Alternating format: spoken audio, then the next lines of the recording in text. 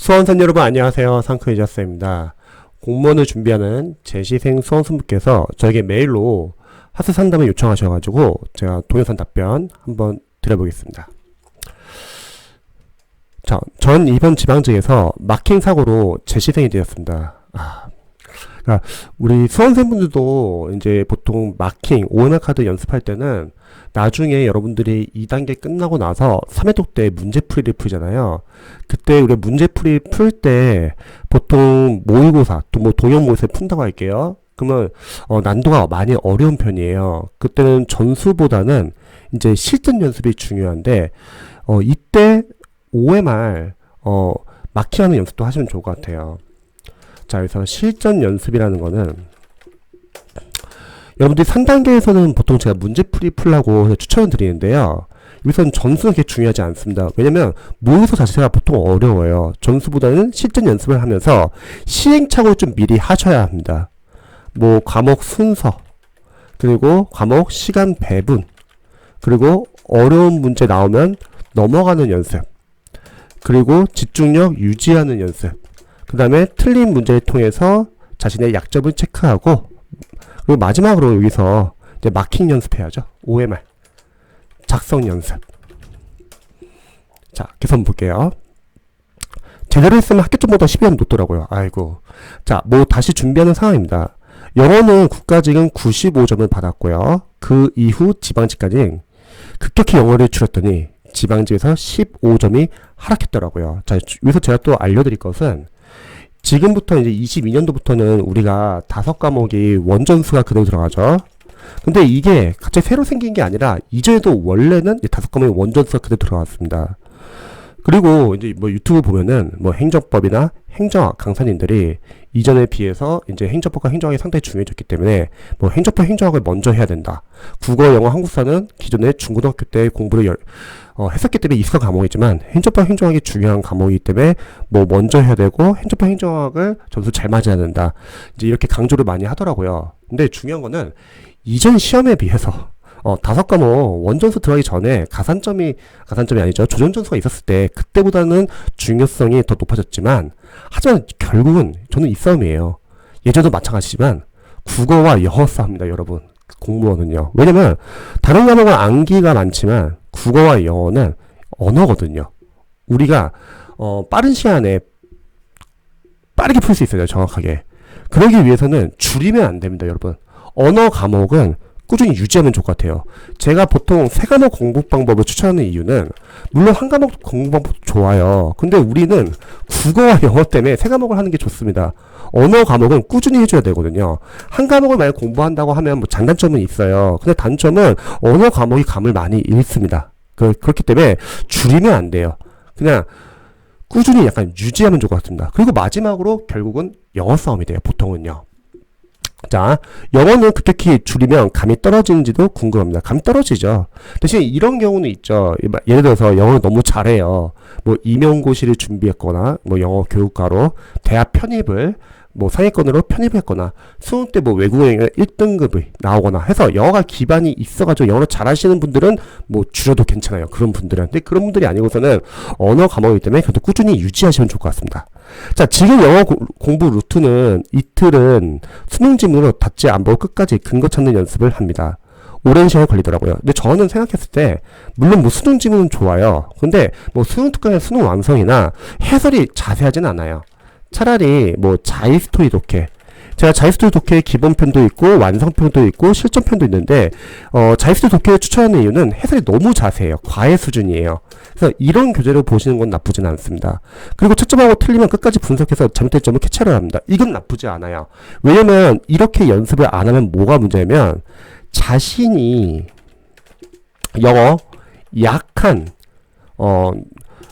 점을 할게요. 약한 점을 체크하지 못하고 넘어가면요, 여러분들 시험 나갔을 때 그 부분에서 다시 또 시험 나오잖아요. 또 틀린 경우가 많습니다. 아까 적은 거 보면은 국가직은 95점, 근데 지방직은 점수가 15점 하락했잖아요. 이게 무슨 문제냐면, 물론 영어 공부를 좀 감을 이제 좀 잃은 것도 있겠지만 공부를 안 해가지고 줄여가지고, 근데 저는 영어 강사로서는 이렇게 생각해요.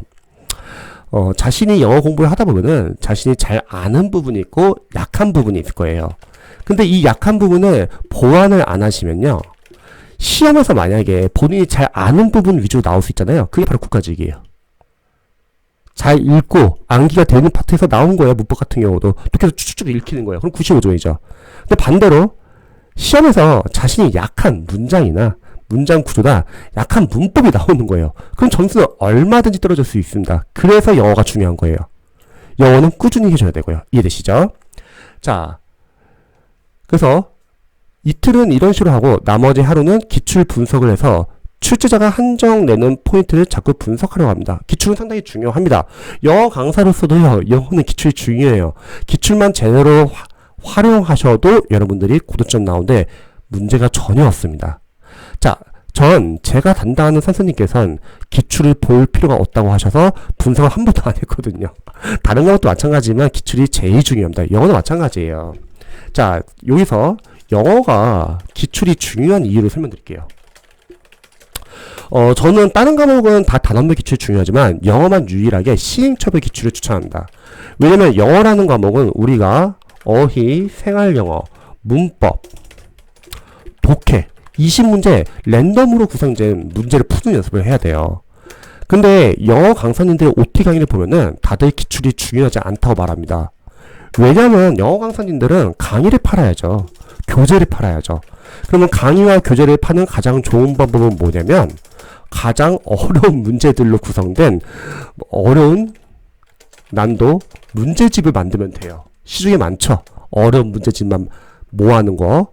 근데 그런 문제들은 사실 영어 강사가 봐도 어렵고 일반 선생님이 봐도 당연히 어렵습니다. 공포 마케팅이거든요. 근데 실제로 지금 영어가 이전에 비해서 많이 어렵게 나온 편은 아니에요. 그래서 여러분들이 이제 영어를 공부할 때 너무 공포 마케팅에 속을 필요는 없습니다. 실제 영어 20문제 중에서 우리가 틀리라고 내는 진짜 어려운 문제는 몇 문제 나올까요? 저는 한 문제? 많아야 한 문제? 이거 틀려도 95점이 가능해요. 근데 강사님들은 영어 이제 과목 이제 강사님들 OT 강의를 보면요. 다들 기출로 안 된다고 말해요. 그리고 본인들 교재도 팔려고 하죠. 그러면은 실력이 있는 수험생들은 상관이 없는데 실력이 없는 수험생들은 아직 기반도 제대로 안 잡혔는데 계속 어려운 문제들만 계속 풀고 있는 거예요. 자기 만족하고 있는 거죠. 근데 문제는 지문을 못 읽는다는 거. 실제 시험장 갔을 때 감독회를 한다는 거. 그래서 영어는 기출로 충분합니다. 왜 기출이 충분하면 기출만 보더라도요. 저는 2021년도부터 2010년도까지 기출을 추천해요. 근데 기출이 너무 많아요. 일단 쉬운 쟁량 기출은요. 사회복지, 교육행정제 쉽습니다. 그리고 우리가 준비하는 이제 9급 국가제, 그리고 9급 지방제, 9급 서울시. 서울시는 좀 많이 어려워요. 근데 너무 옛날 거 기출 아니냐, 2010년도 거면. 근데 영어라는 과목은 여러분 유일하게 개정이 없어요. 어려운 문제는 어렵고 좋은 문제는 좋습니다. 자, 그리고 이제 이거 다 풀었어요. 그럼 기상직과 국회 9급이 그나마 좀 난도가 좀 평이합니다. 자, 여기까지가 이제 여러분들이 해볼 만한 이제 직렬이고요. 이거가 다 풀었어요. 그러면 이제 좀 어려운 직렬을 풀어볼까요? 7급 국가직. 옛날에 7급 영어가 있었죠. 그리고 7급 지방직. 그리고 7급 서울시. 자, 좀 내려볼게요. 이거 좀. 7급 서울시. 그리고 국회 8급은 상당히 어렵습니다. 그리고 다 푸시면은 법원서기보. 공기출 가서도 다운받을 수 있고요. 시중에 이제 시행처벌 기출 문제집을 많이 팔아요. 보통 영어 강사님들의 문제점은 유형별로, 단원별로 이제 기출 문제집이 있어요. 근데 영어는 유일하게 시행처벌 기출이 중요합니다. 그래서 기출도 중요합니다. 이게 140회가 넘어요. 하루에 하나씩만 분석해도 140회니까 4개월 이상이 걸려요. 그러니까 뭐 영어는 모의고사가 그렇게 중요하지는 않습니다. 기출로도 충분합니다. 근데 영어 강사님들은 본인들의 교재와 강의를 팔기 위해서 여러분들에게 기출만으로 안 된다고 늘 항상 말합니다. 근데 기출까지만 제대로 해도 합격하는데 전혀 지장 없습니다. 우리가 영어로 100점을 요구하는 시험이 아니거든요. 자, 그래서 지금부터 기출을 보면서 어떤 식으로 오답을 형성하는지 확인합니다. 어떤 분들이 수능과는 다른 공시 독해만의 로직이 있다고 하시죠. 정확히 말하면 공무원 영어 독해가 더 쉬워요. 수능 영어 독해보다는요. 수능 영어 독해는 상당히 지엽적이고 추상적이고 장지문도 많고 문제도 많죠. 하지만 우리는 열지문이에요. 해볼만 합니다. 향후 계획은 이런 식으로 하다가 내년 초부터 동형 모의고사 대신 연도별 기출로 좋습니다. 모의고사 기능을 대체하라고 합니다. 만약에 연도별 기출과 다 풀었어요. 근데 시간이 남았어요. 그때 동형 모의고사 풀어도 되고요. 동형 모의고사는 굳이 안 풀어도 됩니다. 자, 선생님께서 보시고 반복론을 제시하면 감사하겠습니다. 저희 블로그가 있어요. 제가 블로그 좀 보여드릴게요. 네이버에 영가 스파르타 센터 인천 부평점 블로그가 있는데요. 들어가시면은 자 여기 영스파 부평점 들어가시면요. 여기에 영어 공부법이 있어요. 게시판이 2022년 국가직 지방직 영어 독학 쿼리 단계별로 차근차근 어떤 식으로 공부를 해야 되는지 링크 다 넣었고요. 공부 방법 자세히 적어놨습니다. 관련된 동영상, 필요한 동영상 보시고요.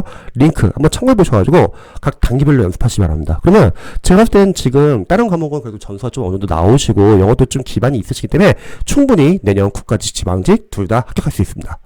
또 궁금하신 점이 있으시면 언제든지 알려주시고요. 저도 응원할게요. 오늘 하루도 파이팅입니다.